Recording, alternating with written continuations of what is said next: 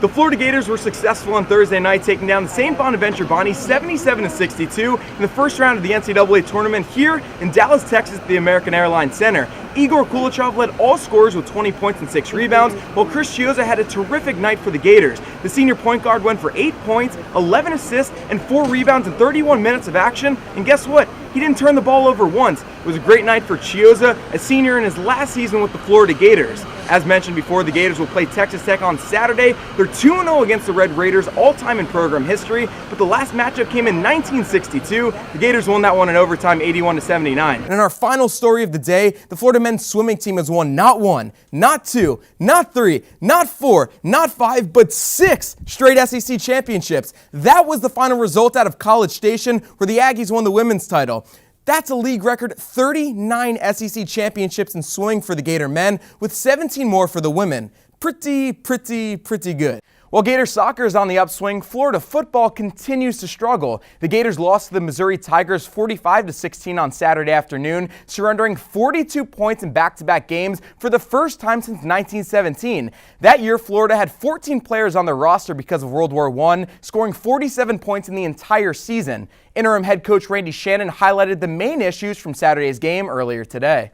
Second quarter, down 3. Is it a bird? Is it a plane? No, it's Leonard Fournette. He supermans his way into the end zone for 6 as the Jags take a 7-3 lead. For the first time since their 2013-2014 Final Four run, the Florida Gators are back in the Sweet 16. Tonight, they'll take on the Wisconsin Badgers in the Mecca of basketball, Madison Square Garden. For more content after the game, you can check out WRUF.com. Live from New York and reporting for ESPN Gainesville, I'm Jake Winderman. Devontae Tanksley, the receiver, lined up to the far side. On the near side, it's Presley.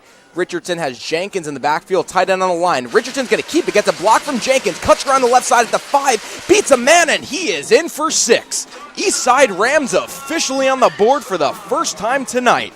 Richardson with the 5-yard touchdown run to the left side, and it is now 7-6 Williston with 5:07 left in the first quarter here at Citizens Field. 2 receivers to the left, 2 receivers to the right side. Strange steps back. It's not a running play. It's a pass. It's over the middle. He has a man, and that ball is caught by Jeremiah James in the middle of the field. The 20, the 15, the 10, the 5, and that's a touchdown for the Williston Red Devils. They lead 13-6 with 3:58 left to go in the first quarter. Stone Garrett is a name that Marlins fans will want to know moving forward. When people think of Stone Garrett, I guess they think of power.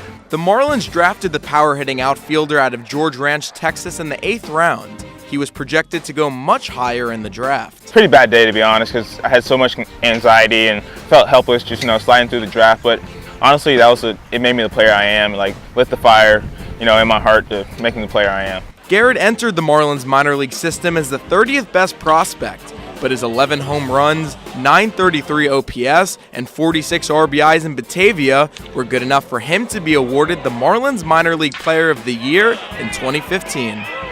Heading into this year, Garrett moved up to the 4th best prospect in the Marlins minor league system. But when you pick up your phone and Google the rising star, all you will find is that he was a victim of a prank gone wrong with roommate and then number 2 prospect Josh Naylor. The incident left Stone on the DL, while Naylor represented Greensboro in the SAL All-Star Game. Now Garrett is back rehabbing in Jupiter, getting ready to resume the All-Star numbers he put up before he was injured. So far in Greensboro, Garrett's driven in 15 runs with a .437 slugging percentage. Stone is a student of leadership. If I didn't play baseball, I'd want to be a Navy SEAL just because, they push themselves to the limits, and I just think it's a pretty cool job, dangerous, but, they live their life to the fullest. So I look up to those guys in the offseason saying, they push themselves to the limits, so why can't I? And if you weren't a fan just yet, just look to his name. Stone was named after his father. My dad's nickname in high school was Rock. When he was younger, he played with his older brothers in Little League football, so they just said he was tough as nails, or tough as a rock.